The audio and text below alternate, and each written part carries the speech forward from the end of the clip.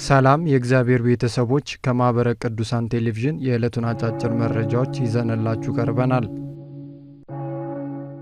የኢትዮጵያውያን ቀን በዱባይ መከበሩን የሊባኖስ፣ የተባበሩት አረብ ኤሚሬትስና መካከለኛው ምስራቅ ሀገረ ስብከት አስታወቀ።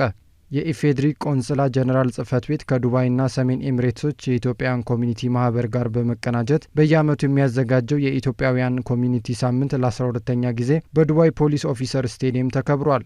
ብፁዕ አቡነ ዲሜጥሮስ የሀገረ ስብከቱ ሊቀ ጳጳስ በመርሐ ግብሩ ላይ ተገኝተው እንዳሉት ማኅበራዊ ሀብቶቻችን ዘላቂ ሰላማችንን በማረጋገጥ ረገድ ሚናቸው ትልቅ እንደሆነ ገልጸዋል። የብዙ ባህሎችና እምነቶች መገኛ ሀገር ለሆነችው ኢማራትና ለቅድስት ሀገር ኢትዮጵያ እንዲሁም ለሕዝቦቿ በመጸለይ በሰላም በፍቅርና በአንድነት አብሮ የመኖር እሴትን አጠናክረን ልንኖር ይገባል ሲሉ አስገንዝበዋል። ኢትዮጵያውያን የራሳችን ማንነትና መገለጫ ያለንን ያሉት አምባሳደር ዶክተር ጀማል በከር በኢማራት የኢፌዴሪ ኤምባሲ ባለሙሉ ስልጣን አምባሳደር በዓሉ የተለያዩ የቱሪስት መስህቦቻችንን እንድናስተዋውቅ እድል የሚሰጥ መሆኑን ተናግረዋል። በሌላ መረጃ በሀገረ ስብከቱ የሚገኘው የአቡዳቢ ምስካየ ኅዙናን መድኃኔ ዓለም ወአቡነ ተክለ ሃይማኖት ገዳም ተስፋ ሰዱዳን ሰንበት ትምህርት ቤት 31ኛ ዓመት የምስረታ በዓል ተከብሮ ውሏል። መረጃው የመካከለኛው ምስራቅ ሀገረ ስብከት ሚዲያ ነው። አገልግሎታችን በመተባበርና በመደማመጥ ሊሆን ይገባዋል ሲሉ ብፁዕ አቡነ ጎርጎርዮስ ተናገሩ።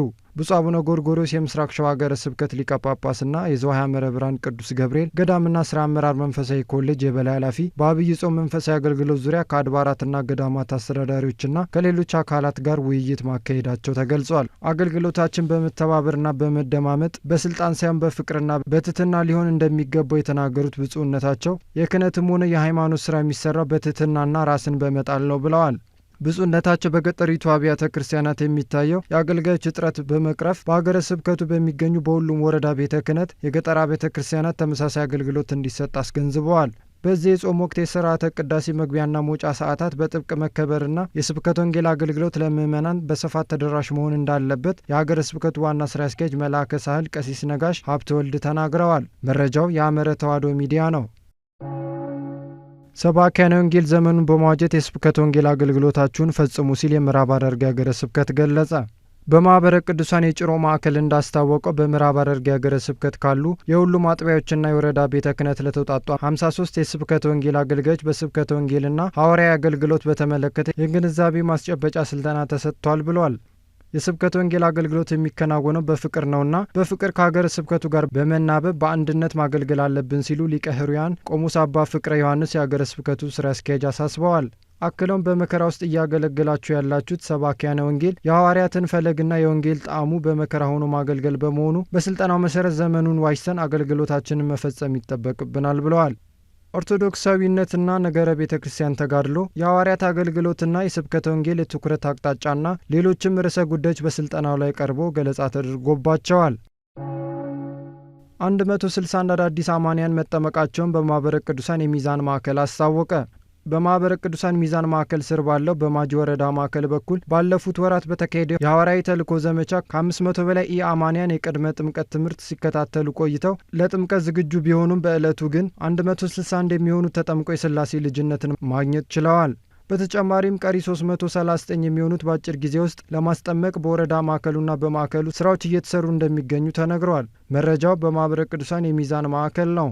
በሌላ መረጃ በጌዲዮ ኮሬና ቡርጃ ሀገረ ስብከት በቡሌና ረጴ ወረዳዎች ቤተ ክህነት 22 አዳዲስ አማንያን በሀገረ ስብከቱ ሊቀ ጳጳስ በሆኑት በብፁዕ አቡነ ገሪማ ተጠምቀው ወደ ቅድስት ቤተ ክርስቲያን ኅብረት ተቀላቅለዋል ተብሏል። ብፁዕነታቸው ባስተላለፉት መልእክት ተጠማቂያኑ በሃይማኖታቸው እንዲጸኑ እንዲሁም መንፈሳዊ ትምህርትን ጠንክረው እንዲማሩ አሳስበዋል። መረጃው የሀገረ ስብከቱ የሕዝብ ግንኙነት ክፍል ነው።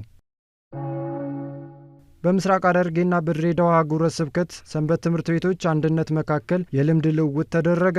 የምስራቅ ሐረርጌ ሀገረ ስብከት የሕዝብ ግንኙነት ክፍል በመረጃው እንደጠቆመው የድሬዳዋ ሀገረ ስብከት ሰንበት ትምህርት ቤቶች አንድነት ልዑካን አባላት በርዕሰ አድባራት ወደብረ ኃይል ቅዱስ ሚካኤል ወሩፋኤል ቤተ ክርስቲያን በመገኘት የሥርዓተ ትምህርቱን አሰጣጥና አተገባበር በየክፍሉ ተዘዋውረው ተመልክተዋል ብለዋል። በመርሐ ግብሩም በሁለቱ አህጉረ ስብከቶች ሰንበት ትምህርት ቤቶች አንድነት ሥራ አመራር አባላት በኩል ያሉ ስራዎች እንዴት እንደሚከናወኑና እንደሚተገበሩ ከሀገረ ስብከትም ሆነ ከአጥቢያ ቤተ ክርስቲያናት ከሰበካ ጉባኤያትና ሰንበት ትምህርት ቤቶች ጋር ያላቸውን የሥራ ትስስር፣ የሥርዓተ ትምህርት አተገባበርና የአገር አቀፍ ፈተና አዘገጃጀትና ፈተና አሰጣጦችን እንዲሁም ሌሎች ጉዳዮችን በተመለከተ የልምድ ልውውጥና ውይይት መከናወናቸው ታውቋል። ሁላችንም ዘመኑን በመዋጀት ለአገልግሎት ራሳችንን ማዘጋጀት አለብን ሲሉ የሀዲያና ስልጤ ሀገረ ስብከት ዋና ስራ አስኪያጅ ገለጹ። በሀዲያና ስልጤ ሀገረ ስብከት 44ኛው ሀገር አቀፍ የሰበካ መንፈሳዊ ጉባኤ ስምሪ ስልጠና ከመንበረ ፓትርያርክ ጠቅላይ ቤተ ክህነት በመጡ ልዑካን አማካኝነት መሰጠቱ ተነግሯል። መልአከ ሕይወት ቀሲስ ንጉሴ ባወቀ የሀገረ ስብከቱ ዋና ስራ አስኪያጅ ባደረጉት ንግግር ባለድርሻ የሆንን ሁላችንም ዘመኑን ለዋጀ አገልግሎት ራሳችንን ማዘጋጀትና ለተሻለ አሰራር መትጋት አለብን ያሉ ሲሆን ሰልጣኞች በቀጣይም ስልጠናውን ወደ ታችኛው መዋቅር ማውረድ አለባችሁ ብለዋል። በተጨማሪም እንደገለጹት በቅድስት ቤተ ክርስቲያን አገልግሎት ያሉ የአሰራር ክፍተቶችን ለመሸፈን ስልጠናው የሚረዳ እንደሚሆን አስረድተዋል። መረጃው ብህንሳ የሀዲያና ስልጤ ሀገረ ስብከት ሚዲያ ነው። ሰላም እግዚአብሔር ከሁላችን ጋር ይሁን። የዕለቱ አጫጭር መረጃዎች እስካሁኖቹ ነበሩ።